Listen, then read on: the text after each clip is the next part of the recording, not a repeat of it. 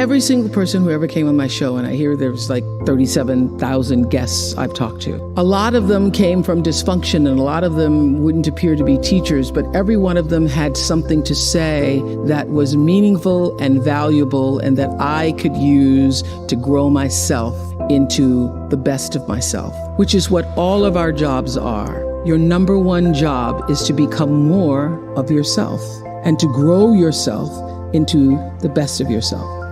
And so I had a lot of great teachers, as we all do. I was doing an Oprah show about a decade ago. One of my greatest teachers was a man named John Diaz. We were doing a show called Would You Survive? And on Tuesday, October 31st in 2000, Singapore Airlines Flight 006, a Boeing 747 from Taipei to Los Angeles, took off with 179 souls aboard. 4 crew and 79 passengers perished in that flight, a total of 83 fatalities.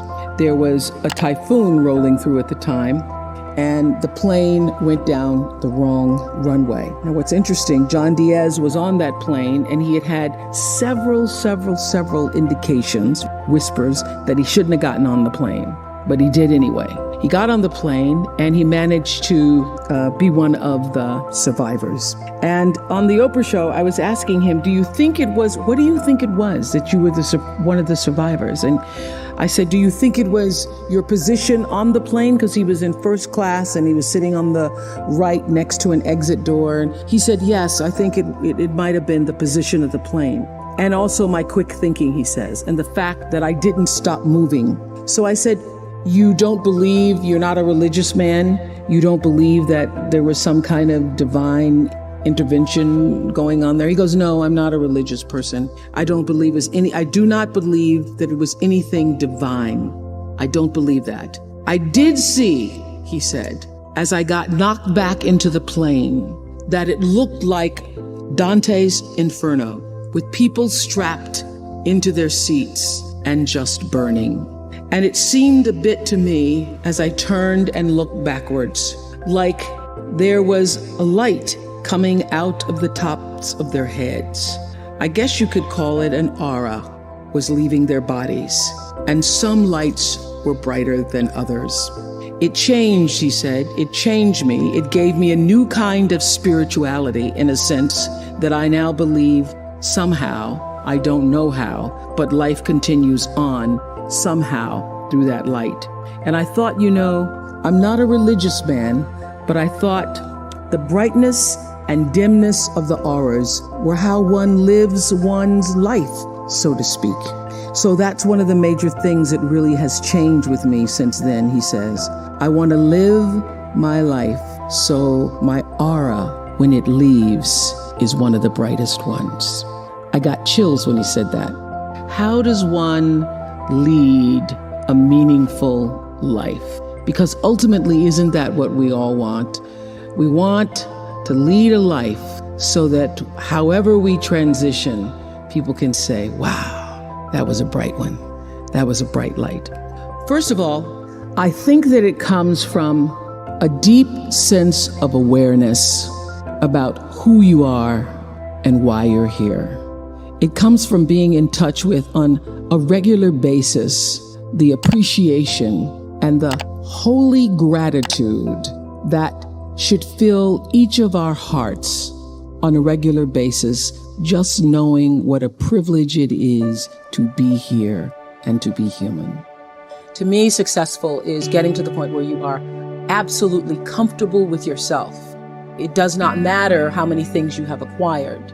The ability to learn to say no and not to feel guilty about it, to me, is about the greatest success I have achieved. The fact that I have, in the public side, done whatever, it's all a part of a process for growing for me. But to me, to have the kind of internal strength and internal courage it takes to say, no, I will not let you treat me this way, is what success is all about. It's the same thing that prevents you from being abused as a child, that prevents you from being abused as an adult, that allows you to build success for yourself. I will not be treated this way. I demand only the best for myself. All the mistakes I've made in my life, I've made because I was trying to please other people. Every one of them. There's not one that I've made because I did something because I really wanted to do this for myself. Every mistake I've ever made is because I went outside of myself to do something for somebody else that I should not have, to please them, just for the purpose of pleasing them. You are worthy to say no. That it's okay if you say no. It's okay if you say no and then people don't like you. That's really okay. The important thing is how you feel about what you're doing, how you feel about yourself. It's a long struggle though. And I'm just hoping that, in the work that I do on the show and the speaking that I do around the country, and that young people who are watching this can get the lesson sooner than I did. Because it's painful, because you keep repeating it over and over and over until you get it right. And what I found is that every time you have to repeat the lesson, it gets worse. Because I call it God trying to get your attention, the universe trying to get your attention. So we didn't get your attention the first time, so we're going to have to hit you a little harder this time. So I'm still doing it. I'm still learning. I say many times, the universe is always trying to get your attention. I use universe and God interchangeably. It's trying to get your attention. And sometimes it starts out, any major problem you encounter, it always started out as a whisper. By the time it gets to be a storm, you've had a pebble knock you upside the head, you've had a brick wall, you've had the house to fall down, and before you know it, you're in the eye of the storm. But long before you're in the eye of the storm, you've had many warnings, like little clues. So now my goal in life is to not to have to hit the eye of the storm, is to catch it in a whisper, to get it the first time. And getting it comes from understanding I think the one thing that has allowed me to certainly achieve both material success and spiritual success is the ability to listen to my instinct. I call it my inner voice. It doesn't matter what you call it, nature, instinct, higher power. But the ability to understand the difference between what your heart is saying, what your head is saying. I now always go with the heart.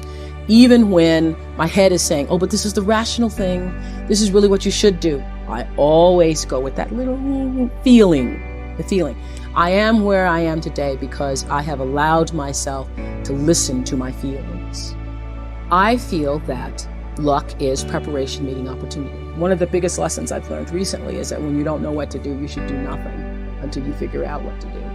Because a lot of times you feel like you're pressed against the wall and you've got to make a decision. You never have to do anything. No, don't know what to do. Do nothing. I wait. And that has been a big lesson. To be willing to be still with myself and trust myself and my higher power to help me make the right decision and to not feel pressured. See, I think, we create stress for ourselves because you feel like you have to do what other people, you have to do it, you have to. I don't feel that anymore.